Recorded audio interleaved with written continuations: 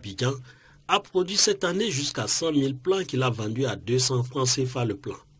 Lorsque vous faites la technique du MSD, qui consiste à détruire la souche de la banane sur le terrain, le nombre de rejets que vous pouvez en avoir, c'est jusqu'à 15. Or, lorsque vous utilisez le PIF, vous pouvez avoir 100 plants sur un seul S-plan. C'est formidable. La technique du PIF a été inventée dans le cadre du programme de productivité agricole en Afrique de l'Ouest, plus connu sous l'acronyme anglais WAP. Dans le cadre de ce programme, les chercheurs ont par ailleurs introduit le Pita 3 et le FIA 21, deux nouvelles variétés de bananes plantains, plus résistantes à la cercosporiose, une maladie qui détruit les feuilles des variétés locales. Le programme de productivité agricole en Afrique de l'Ouest a permis de mettre en place 9 centres nationaux de spécialisation. Chaque centre est spécialisé en une spéculation bien précise et doit diffuser les technologies inventées à travers la sous-région. Lorsque on mettait en place le WAP, alors il est venu l'idée de surtout mutualiser les ressources financières et les ressources humaines. En quel sens? Alors, dans le sens d'amener donc chacun des pays à être spécialisé dans un domaine donné, une culture donnée. En ce moment, il y a plus d'une cinquantaine de technologies qui sont en train d'être échangées entre les différents pays. Au Nigeria, par exemple, il y a la pisciculture et ils ont développé beaucoup de technologies en ce qui concerne les variétés de poissons, les espèces de poissons, pardon, en ce qui concerne l'alimentation du poisson et même les techniques de pisciculture. Dans le cadre du WAP, financé par la Banque mondiale, la Côte d'Ivoire est spécialisée en bananes plantains.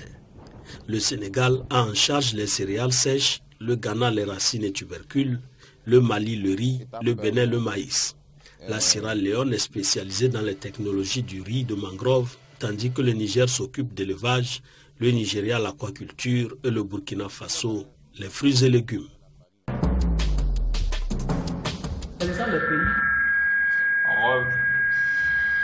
Avec le concours de la région, revenir sur le plateau où nous avons des petits soucis techniques. Nous disons que l'émission d'aujourd'hui est l'émission avec beaucoup de téléspectateurs en monde réel, pas monde virtuel. Et certains ont écrit des SMS qui n'ont pas signé, d'autres n'ont même pas, ont trop abrégé, n'ont pas respecté les caractères littéraires, tout ça, nous n'avons pas pu prendre les lectures des SMS. Nous avons mon délégué, à moi, mon délégué qui a répondu présent et il est là, entre les jeux, bien échauffé, bien après. Bonsoir, monsieur le délégué. Bonsoir, Paulin Wanja. Comment vous allez? Très très bien. Vous êtes sémencier également, expert sémencier, Fabrice Lessa. Oui, bien évidemment. Ok, comment vous avez vu avec nous, nous avons dégusté une vidéo sur les pifs selon Wari. Que signifie pif, monsieur Fabrice Lessa? Bon, les pifs simplement, ce sont des plants issus des... C'est une technique pour la multiplication végétative. Uniquement à table d'habitation végétative? Oui, je vais le dire comme ça. Et c'est une technique qui constitue également une homogénéité dans une parcelle agricole. Une même variété, une homogénéité variétale. Okay. Très important. Ok. Quelle est votre analyse vis-à-vis de ce documentaire? Votre avis compte également? Bon, pour le documentaire déjà, je ne sais pas à quel niveau il faut le détailler, mais dans un contexte africain, j'apprécie déjà ce que nos confrères font du côté de l'Afrique de l'Ouest. Et je pense que ce secteur est mieux développé là-bas, contrairement dans notre secteur ici. Ok, on nous fait déjà signer à la régie qu'on a encore moins de 10 minutes. On donne d'abord une minute à chacun pour le commentaire. Je ne voudrais pas qu'on parle après tant de sagesse. Laisse à sa majesté ici présent de prendre la parole à la fin. Monsieur Limala, vous avez le témoin. Oui, déjà par rapport au documentaire, il faut déjà dire que c'est une technique qui est très appréciée de nos jours, qui est moins coûteuse, qui permet en un laps de temps de produire des quantités énormes de rejets de bananiers. Est-ce qu'elle est pratiquée aussi au Cameroun? Moi, je suis dans un projet actuellement auprès d'une société, la Sapidakam SA, où je suis prestataire. Sans publicité, parce que vous allez payer, hein, vous allez payer. Oui. Moi-même, je vais veiller à ce que vous déchargez ce que vous avez reçu de la société. Où je suis prestataire dans la production du PIF. Donc ça se réalise, moi-même je suis dans ça. Donc si quelqu'un a besoin des PIF, il appelle M. Limala, même à minuit, il se lève et il fait ça. Il n'a pas besoin du cahier. Pas du cahier. Ok. Monsieur Lionel Kamani, vous avez le flambeau à main. Ok, je vais toujours introduire mes propos avec une citation. Comme vous dites, la semence de qualité représente le plus beau cadeau que peut recevoir un agriculteur.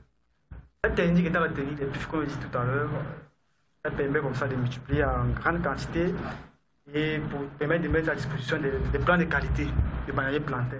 Cette technique aussi est applicable avec l'ananas. Donc, je suis ouvert, je reste disponible à toute personne qui voudrait peut-être apprendre cette technologie, que ce soit sur l'ananas ou sur le plantain, qui voudrait comme ça m'accompagner dans la vulgarisation de la technique de multiplication d'ananas par la technique. D'accord. J'attends donc mon plus beau cadeau, les semences là. J'attends mon plus beau cadeau. Je suis un agriculteur aussi comme vous. Même si je cultive à la télé. Assurez-vous, avec autant de semenciers présents sur le plateau, ce n'est pas la semence de qualité qui va vous manquer. Ok. On sait que les promesses au Cameroun, on prend toujours des mesures. Apparemment, tous les membres du gouvernement sont des tailleurs. Les promesses n'engagent que ceux qui y croient. Ok. Bon, Monsieur Clovis, oui. Votre sagesse, on en a besoin. Le documentaire nous donne beaucoup d'enseignements dans la structuration de la production dans une sous-région. Vous avez vu dans le documentaire, il y a, la production est faite par pays. Celui-ci est responsable des céréales, l'autre du macabo, un autre du maïs.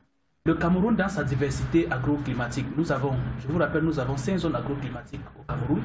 Et si on s'organisait à spécialiser chaque zone agroécologique, associer une spéculation à une zone agroécologique, je crois qu'on gagnerait au lieu de se disperser et finalement on n'a pas un résultat qui satisfait.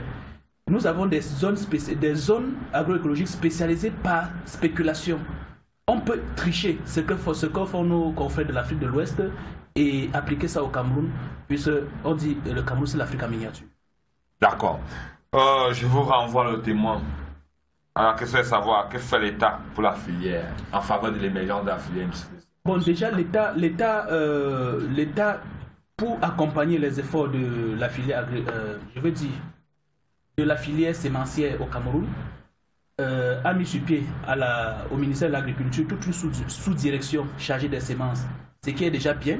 Ça veut dire qu'on a déjà compris que la semence est réellement le point de départ en toute production agricole. Maintenant, beaucoup reste encore à faire. Il n'y a pas que le ministère de l'Agriculture, il y a surtout le ministère de la Recherche scientifique qui doit initier déjà la recherche quant au développement des semences adaptées et adéquates pour la production en fonction des spéculations et des zones agroécologiques. Ok, mon délégué, je vous remets le flambeau. Vous le portez très haut. Merci pour Wanja. Je pense déjà que l'État a commencé, je peux dire environ 20% déjà, mais il y a encore beaucoup à faire. C'est vrai, on a commencé avec les textes, qui est déjà un bon point de départ. Ensuite, il faut poursuivre avec un catalogue et ensuite le travail sur le terrain, qui est d'ailleurs très important. Ok, je poserai la question à M. Limala 2. Est-ce que la filière industrie des semences intègre-t-il dans la fonction publique au Cameroun? Parce qu'on sait que tout le monde court après la... Oui, il faut déjà dire que la filière industrie des semences embrasse 2 ministères, c'est-à-dire le MINADER et le MINRESI. Mais on a constaté que quand le ministère de l'Agriculture lance un concours d'intégration directe, on n'a jamais fait allusion à la filière ou bien à l'option technologie des semences. Alors que, comme tout agronome, spécialiste en tel, on devrait aussi penser que quand on lance tel concours, faire aussi à cette option qui est la base de l'agriculture, technologie des semences.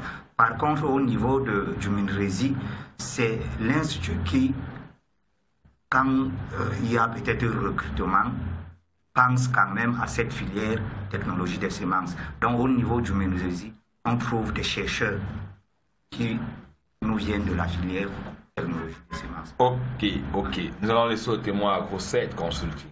On sait que le CED ici représente la brigade criminelle de recherche. AgroSed Consulting. CID, parce que c'était même écrit comme le CED, parce que moi j'ai lu en français. Apparemment. C'est CID. Ok. C'est une erreur de frappe. Ok, bon, c'est une erreur de jargon peut-être. Ok, puisqu'on sait que CED c'est CED et CID c'est CID. Deux E, ok. D'accord. AgroSed Consulting. Votre avis compte à ce aspect? Je pense que l'État camerounais, à ce jour, prend déjà conscience de l'importance qu'a la filière industrie de semences pour notre agriculture et les choses essayent d'avancer dans le bon sens. Vu qu'aujourd'hui, mon confrère, mon collègue, M. Maladeux, disait que le ministère de l'Agriculture ne recrutait pas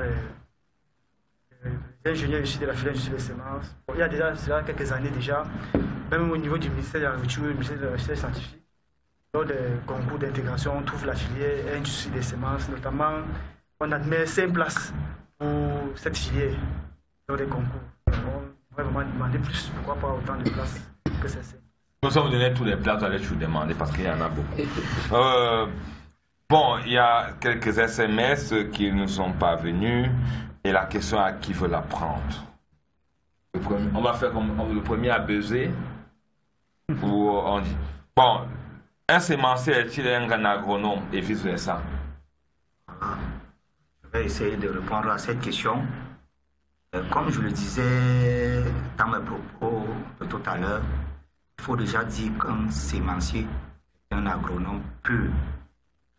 Parce que pour produire, la production des semences, c'est la production végétale.